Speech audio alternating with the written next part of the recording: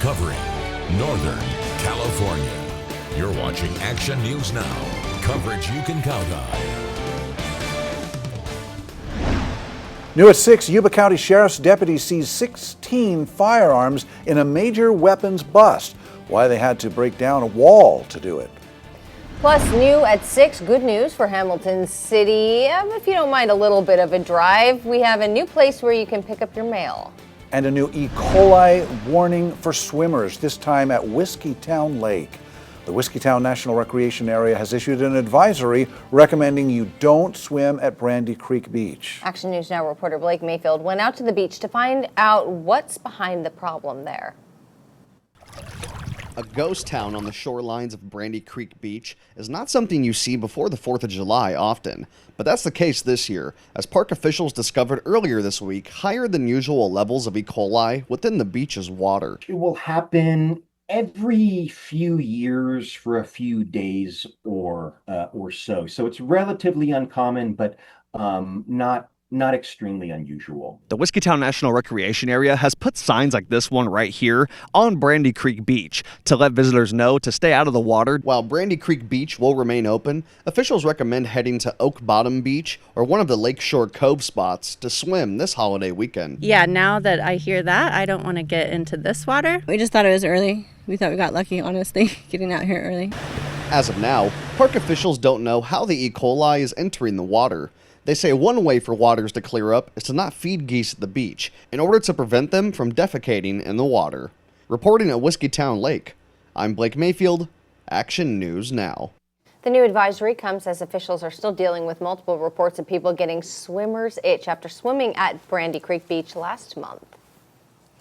And we are tracking weather conditions across our region as we go into the 4th of July holiday weekend. Yeah, and Howie's so busy tracking the conditions. Yeah. So what can you tell us, Howie? Well, the storms have reduced a little bit to the strong side, no longer the severe, so that's good. But these storms are not going to fizzle out for several more hours. Yesterday, in some spots in Trinity County, we had some flash flooding. Nothing in that sort at the moment. But we're going to continue to watch these storms and see what happens because, yes, even as they weaken, we'll still see winds 30, 40 miles per hour, half-inch size hail. And then we've seen some red flag warnings develop in the area due to these storms that for 20 to 30 miles can produce winds of 40 to 50 miles per hour. And we know what winds like that can do during this time of year, especially if we see some fires or all the lightning strikes we're seeing could potentially start even more fires. Here's our temperatures that are a good 15 degrees cooler compared to yesterday. Now, our winds are a little stronger. The gusts aren't as frequent as could be to be problematic, but we'll keep an eye on that. Moisture levels are up, though. That's good from the Delta breeze. Here's a look at the 4th of July. I don't like the wind being on that stronger side. Moisture levels so, but hey, we're going to be on the cooler side. We'll keep our fire risk potential on the moderate side. We'll talk more about these conditions coming up in a few minutes. All right, thank you, Howie. And we are tracking breaking news from Siskiyou County. The jacket fire is forcing evacuations in the area of Yellow Jacket Ridge, northeast of Forks of Salmon. It's estimated to be about 17 acres. It was sparked by lightning. It's burning in steep area with heavy brush, and officials say that fire retardant has effectively slowed the fire's growth. Now, these evacuation zones, SAS 1708, that one is still under an order. 1707, 1709, and 1710 are under warnings. Evacuation orders and one warning are still in effect for the Summit Fire in Siskiyou County. This one started yesterday near Cliff Lake and Pacific Crest Trail in the Marble Mountain Wilderness. The Forest Service is leading the firefight, reporting no containment on the 35-acre fire. Now to the horse fire in Shasta County, which sparked yesterday. It has grown to 275 acres with no containment. However, the Forest Service says firefighters are making good progress. Now, it started near Shell Mountain, south of Dog Creek Road, west of Lakehead, and is burning in part of the Carr Fire burn scar. The Carr Fire, of course, in 2018. The cause is under investigation, but in this fire, no evacuations. Over 400 people who work with migrant education services have been laid off across California. Action News Now reporter Nathan Espandula is live in front of the Butte County Office of Education building in Chico. Nathan, how many people in our area are losing their jobs?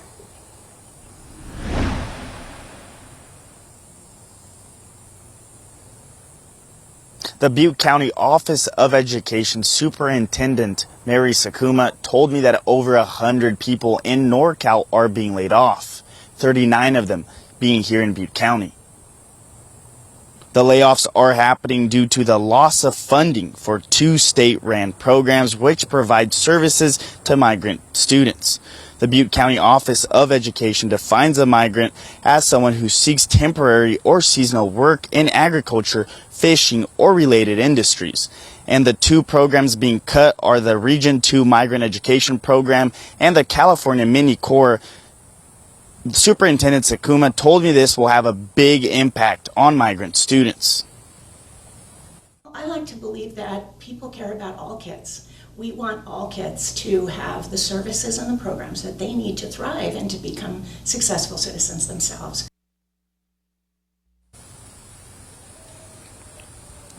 Without the program, Sakuma says kids from migrant families will lose services like special multilingual tutoring and counseling. Sakuma told me that the deadline to receive the federal funding was July 1st, and she says that the lack of that money is the sole reason for the layoffs. Live in Chico, Nathan Espindula, Action News Now. All right, thank you, Nathan. A majority of the over 400 people being laid off did receive a 60-day notice. BCOE says it had to reach into its emergency savings to pay them through the 60 days. The city of Oroville approved a new power plant to run by biomass renewable energy. The company says the plant will generate clean, renewable power locally.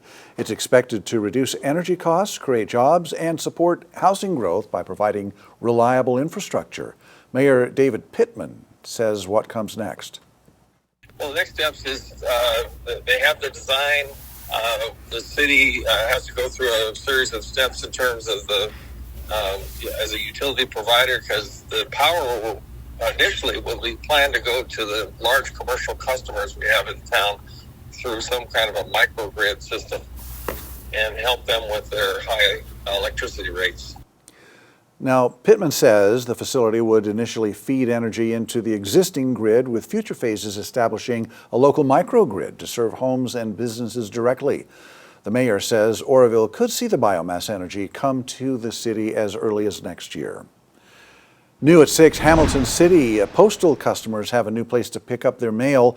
Starting Tuesday, July 8th, Hamilton City P.O. Box customers can start picking up their mail at the Midtown Post Office in Chico. The local Hamilton Post Office has been operating out of a metal shipping container, that one there, since the fire heavily damaged the main post office nearly 6 months ago. The U.S. Postal Service says customers will have access to full retail services as well as more flexibility for mail pickup hours than the previous temporary Hamilton City location. At the temporary location. Now, Chico Midtown Post Office is open Monday to Friday, 10 a.m. to 5 p.m. Anderson Explodes has been thrilling Shasta County for decades. An Action News Now reporter, Jesse Angelo, is there live at the Shasta District Fairgrounds in Anderson. So, Jesse, I see some people out there behind you. Are things getting going at this point yet? Well, Haley, since the doors opened at 5 o'clock, it's been a steady flow of people coming into the fairgrounds. And as you can see behind me, they are just taking advantage of all of the great vendors here, the food, the drink, the merchandise. But the reason that they're all here for the annual July 3rd tradition here in Anderson is the fireworks display. I was able to speak with the president of Anderson Explodes, Jeff Keyser, who told me that there is a special surprise planned during that show. Take a listen. We're shooting almost 2,000 shells tonight, and it's going to be a great show. Something for the audience to really watch. About 20 minutes into the show, during a Toby Keith song, we're going to try and shoot USA up in the sky. So something to look for tonight if you come to our fireworks show that you won't see anywhere else. That should be pretty exciting to see, and that fireworks display is set to choreographed music that can be heard locally on Q97 FM. And until then, the band Pure Country will be hitting the stage at 7:30, and the fireworks, they start at 10. Live in Anderson, Jesse Angelo, Action News Now. How fun. All right, thanks, Jesse. And the event, again, is free. Parking, though, is $5. New at 16 guns seized in a major weapons bust in Olivehurst, but the suspect in this case is still on the loose. And officers say at least 4 of the guns were reported stolen from multiple law enforcement agencies. Did you hear that? The Yuba County Sheriff's POP team served a search warrant for Sven Johnson at home on Dan Avenue as part of an ongoing investigation into guns and drugs. Deputies say they seized the 16 guns, body armor, and ammo. If you know where he is, call the Yuba County Sheriff's Office. Potentially toxic algae bloom reported at a local reservoir. What you need to know about safety. Plus, the big, beautiful bill officially passed both houses of Congress today. We spoke with Congressman Doug LaMalfa about the local impacts.